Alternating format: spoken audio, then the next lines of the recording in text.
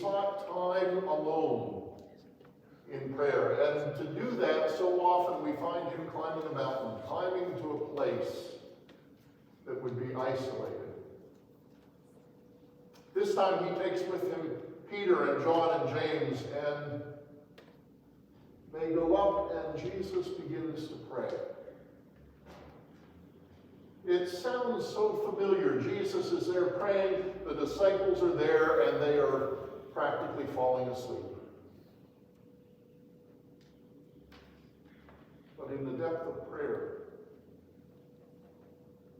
something begins to happen. The appearance of Jesus' whole face changes. It's a moment of connection with God that truly transforms him. We've seen and heard stories like this before. We've heard of when Moses climbed the mountain to commune with God, and every time he went up and spoke with God, Moses' face would begin to shine. And it shined so brightly that even when he came down off the mountain and was removed from that intimate presence with God, his face was still shining. It became so disturbing to the Israelites that Moses decided he better start wearing a veil when he wasn't in the presence of God. But then when he entered it again, off would come the veil, and he would commune with God as face to face. There's something about these places where an encounter with God becomes a lived experience. And so sacred are these places that we call them by a special name. We call these places thin places. That's from the Celtic spirituality. A thin place is a place where it seems the veil between this world and the next is so very thin as to encounter God in a dynamic way that cannot help but change you. But a thin place can be more than just some physical place. It can also be the experience of a moment in time. A moment of God's presence that is so overwhelming and powerful that our faith is, it just overwhelms us. And our hope is secure. We find this to be such a dramatic event in the lives of Peter and John and James that even when they come down from the mountain, they will not speak about it for a very long time. And when you come into God's presence like that, it can be troubling. To stand in the presence of the holy is to recognize how terribly unholy we are. But also to stand in the presence of God is to recognize the changes that we need to make. And I have this feeling that Peter and John and James thought about that for a long time. It seems they didn't speak to anyone about it, not before Jesus was crucified, and not even before he was resurrected, and probably not before he had completed those appearances and ascended in his return to heaven. But at some point they did tell the story. How else would Luke know about it? They told the story of what happened that day, how it terrified them. But maybe we can tell the story of what happened happened that day and how it began to transform them. An encounter in a thin place. Think about the times that we've been in a thin place. I think about the times and the places of my life that are so sacred, so holy, as to be thin places for me. I think about places like a mountaintop at Jumonville. If you've never been to Jumonville down outside of Uniontown, you ought to make the trip sometime, because that's one of our church camps in our conference. There upon the mountaintop is a huge white cross that was erected many, many years ago. Erected by the collection of pennies and nickels and dimes of Sunday school children all across western Pennsylvania. I remember a week at Jumonville.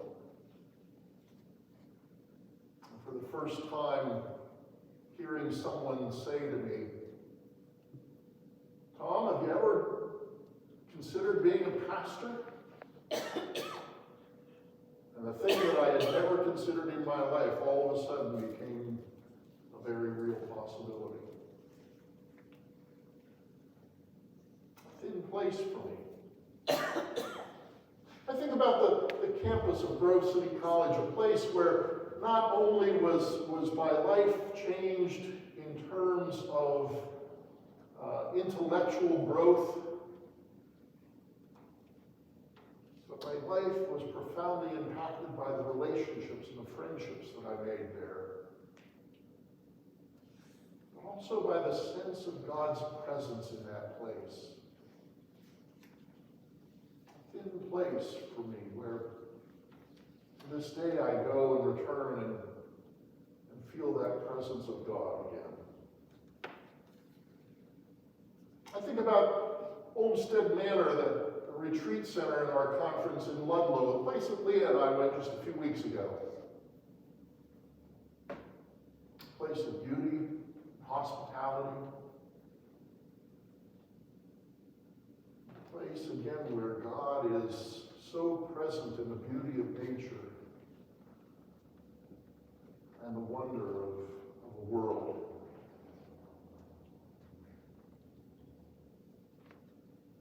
Think about a journey I made 13 years ago to California. I went for a few days to visit an aunt and uncle and cousins that I hadn't seen in a long time. It was the first adult visit to California that I'd ever made, having only been there once before as a child. And though I was there for only a few days, my aunt and uncle wanted to make sure that they played hostess and host very well, and they asked what I wanted to do, where I wanted to go, and what I wanted to see while I was there. And I said, I'm just coming to see you. For me, the significance of that trip was about relationships and family. But they were insistent that while I was there, we had to see some things. And so they talked to my cousin Mark, their son, and asked him, well, what would you show Tom? What would you think we ought to show Tom? And he said, you've got to take him to Yosemite. And so they did. And as we drove into that national park in Yosemite, you're winding around the mountains that are granite and pine trees growing up out of the granite. And we came to this spot where there was a small pull-off on the side of the road. My uncle pulls off the car without making any announcement about it. And once he stopped, he said, I just thought you might want to get out of the car and look around for a few minutes. I stepped out on that vista, looking over a valley and then the mountains beyond.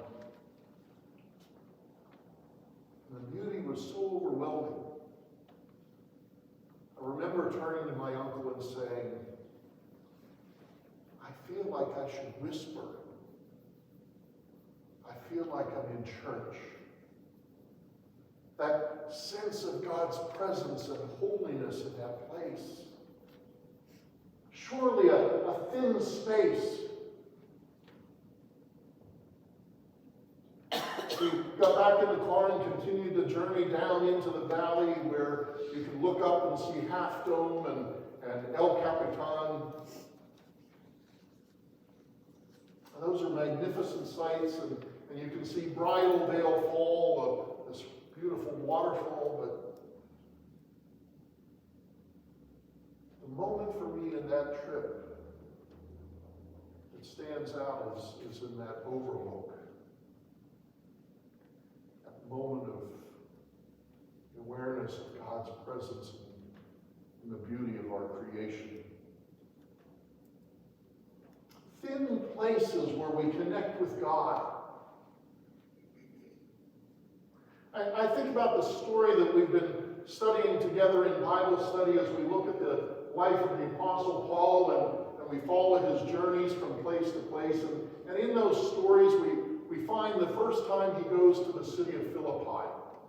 And the very first moment that he's in Philippi, he begins to look around for a synagogue where he can worship. That was Paul's habit, every time he went to a new city, he looked first for a synagogue. But not finding any synagogue in Philippi, he then began to look for a place of prayer, and he found himself down by the river. A few women and children there gathered in prayer. You don't need a building to worship God, We find God in all kinds of unexpected places.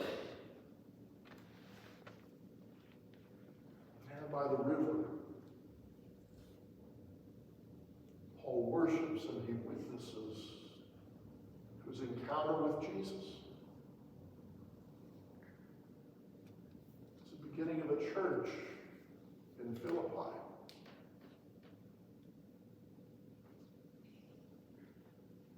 But thin places aren't just physical spaces.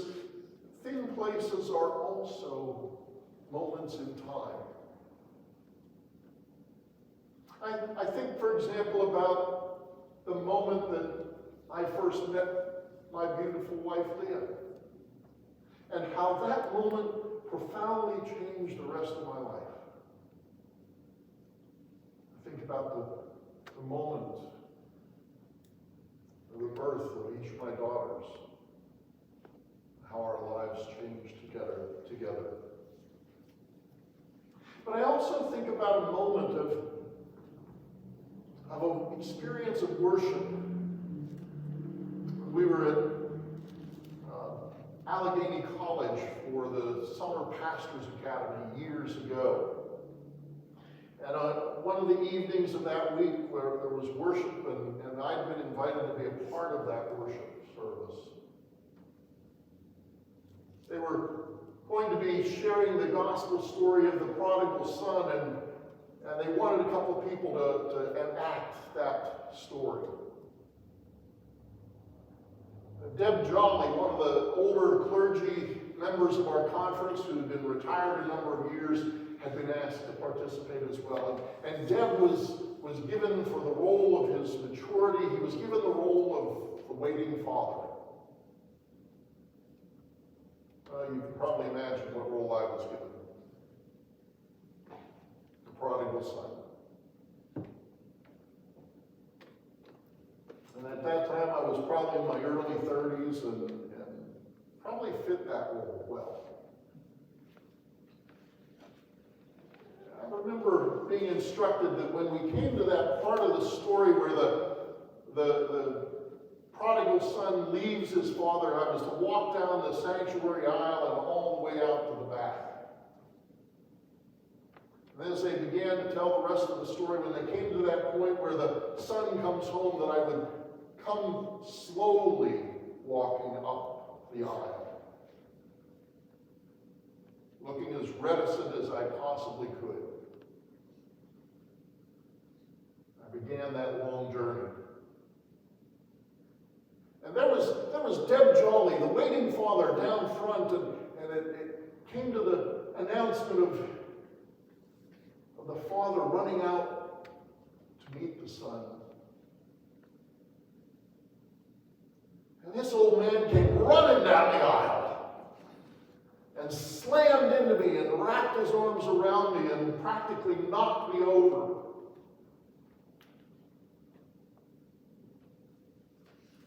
And I don't know if I have ever felt as loved by God as I did in that moment. It took me by surprise. There's a thin place where the veil between this world and the next is so thin. God is so present. A thin place can be on the mountaintop, the experience of Peter and James and John as they watch and see Jesus appearing with Moses and Elijah, and this scene of Jesus standing beside the great prophets of old.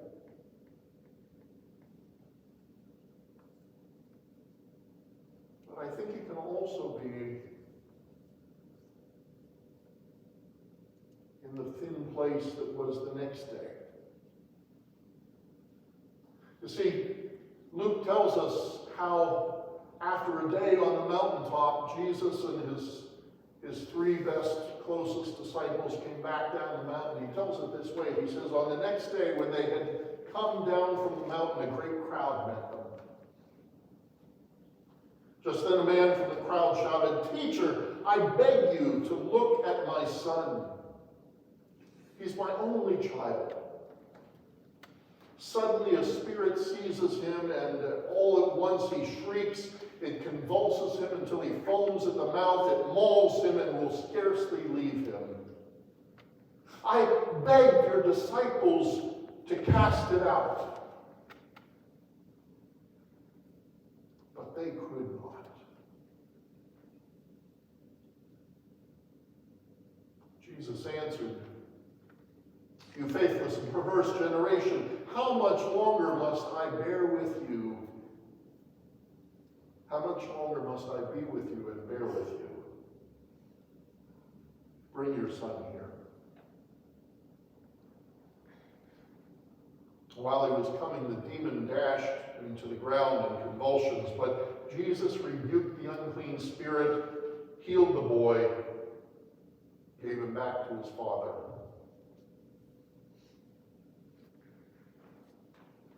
That was a thin place in the life of that father and that child.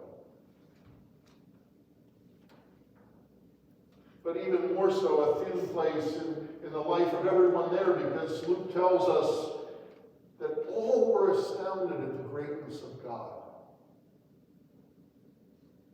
They've all been taken by surprise at God's power and presence in that moment.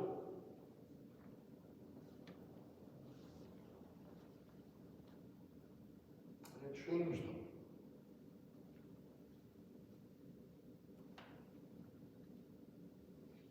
Here we stand at the end of our journey in these weeks from the Epiphany to the Sunday of Transfiguration.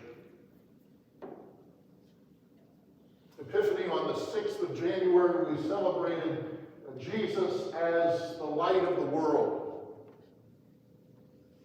In fact, the word epiphany is a transliteration from the Greek word epiphino. And epiphino is simply a word that means to show or to shine. It's a revealing. Whenever we use the word epiphany, even in English, we get that sense of something being revealed. We ponder a problem that has us perplexed until this moment of epiphany when all of a sudden it makes sense. solution is clear. The epiphany of the wise men coming to find the one who's been born king. Worship and adore him.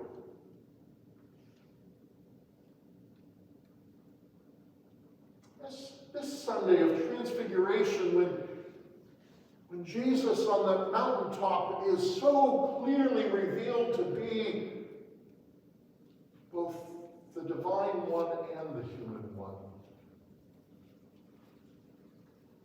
The divinity wherein the voice from the cloud speaks and says, "This is my son."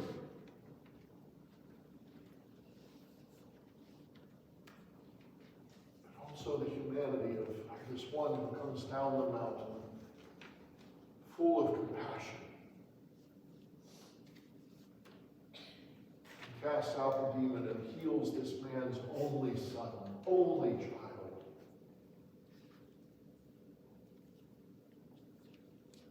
This whole time of weeks from January 6th to this Sunday, we've been exploring scripture texts that reveal to us who Jesus is. That reveal to us what it means for us to call him the Christ. It reveals what it means when we say he is the child of God, the Son of God, as well as the Son of Man, the human one.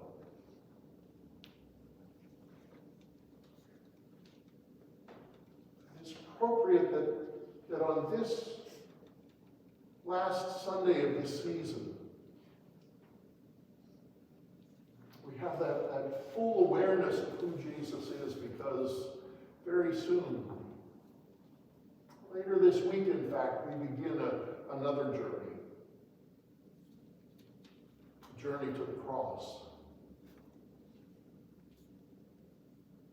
A journey called Lent. Begins with Ash Wednesday, the ashes of penance. And we watch Jesus move through a place of suffering and anguish to the cross. But before we can begin that journey, we need to be able to remember who Jesus is as this suffering one. That he is God revealed to us.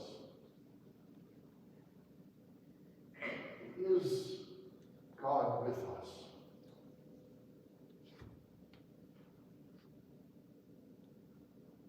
So I pray that as we begin that journey together, it might be a kind of a thin place for you,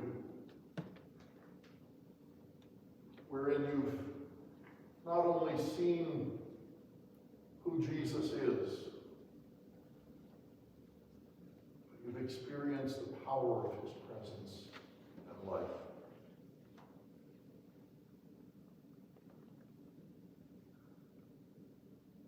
And Peter and James and John came down. They didn't tell about it for a long time. That doesn't mean they forgot about it. I think that the power of that moment, the experience of that transfiguration of Jesus stayed with them and worked on them and in them. Maybe even prepared them for the journey they were about to make on their way to Jerusalem with him.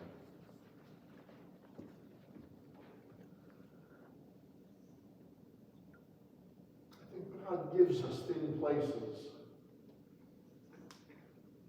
so that we can continue to put our faith, to trust and believe, and to see the confirmation of our hope even while we wait for its fulfillment. May the coming weeks be such a time for you. In the name of the Father, and of the Son, and of the Holy Spirit. Father.